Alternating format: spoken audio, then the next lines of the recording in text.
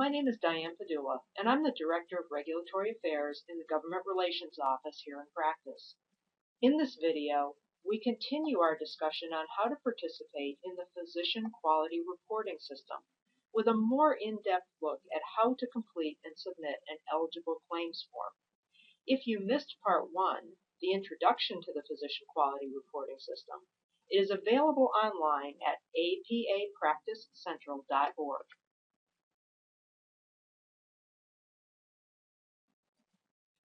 To start, these are the documents you'll need. First, you should have access to the Physician Quality Reporting System Measure Specifications Manual. To view the manual, go to www.cms.gov/PQRS, then click on How to Get Started, and scroll to the Download section at the bottom. The manual is the third link listed on this page. Next, you will need the CMS 1500 claims form that you use for submitting claims to Medicare. Now that you have everything you need, begin by selecting the applicable measures that you would like to report. Review each measure's specifications, note which patients and services each measure applies to, and decide if you will be reporting for the full calendar year or only for the period from July through December 2011. For purposes of this video, we're going to use Measure 181, the Elder Maltreatment Screen and Follow-Up Plan, as our example. This measure is intended to identify abuse of an older adult by a caregiver. Elder abuse can involve physical, emotional, or psychological harm, as well as financial exploitation or neglect, both intentional and unintentional. To determine if you meet the specifications of the measure, ask yourself 3 questions. First, which patients qualify? For this measure, any of your patients age 65 and older are eligible. Second, to what services does the measure apply? Answer: initial patient evaluations for adults age 65 and older. Finally, which service or billing codes apply? This measure can be used with a variety of different codes, which you will see on the screen. Explanations of these codes can be found in the American Medical Association's Current Procedural Terminology Manual, with the exception of any codes beginning with the letter G. The G codes were created by the Centers for Medicare and Medicaid Services, and more information can be found on the Medicare website at www.cms.gov.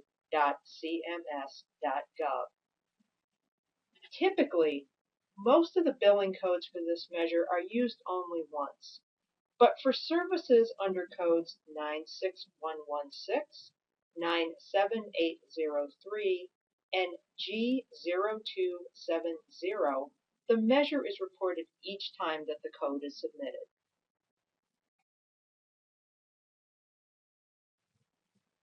To report the measure, you must next select a quality data code, known as the numerator, that best describes the action taken. For example, whether or not an elder maltreatment screen was performed. There are several numerator codes that indicate different courses of action.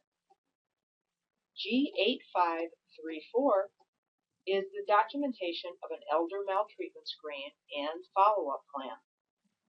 G8537 is when an elder maltreatment screen was documented, but a follow-up plan was not documented and the patient is not eligible. G8535 is used when there is no documentation of an elder maltreatment screen and the patient is not eligible. G8536 indicates no documentation of an elder maltreatment screen and the reason is not specified. Finally, G8538 is used when an elder maltreatment screen is documented, but the follow-up plan is not documented and no reason is specified.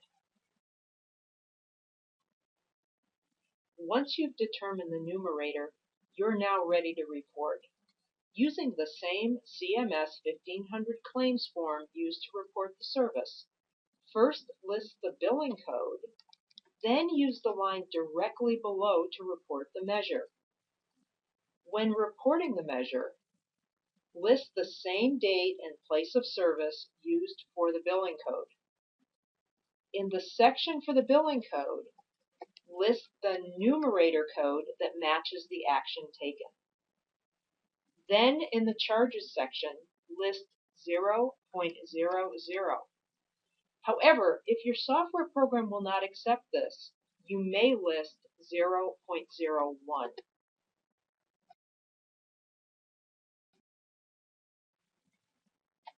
There are a few things to keep in mind when reporting. First, measures for services provided in 2011 must be reported by February 28, 2012. Second, measures must be reported when the claim for services is submitted. They cannot be submitted retroactively. Finally, reporting by a group practice must reflect the individual provider's NPR number in order for each individual provider to receive credit for successfully reporting.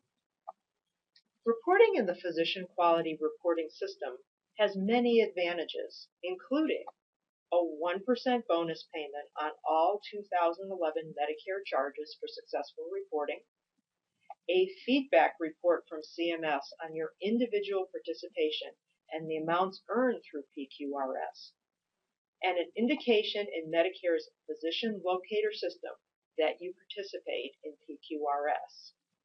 For additional information, you can visit the website for the Centers for Medicare and Medicaid Services at www.cms.gov/PQRS, or contact your Medicare administrative contractor who handles your Medicare claims.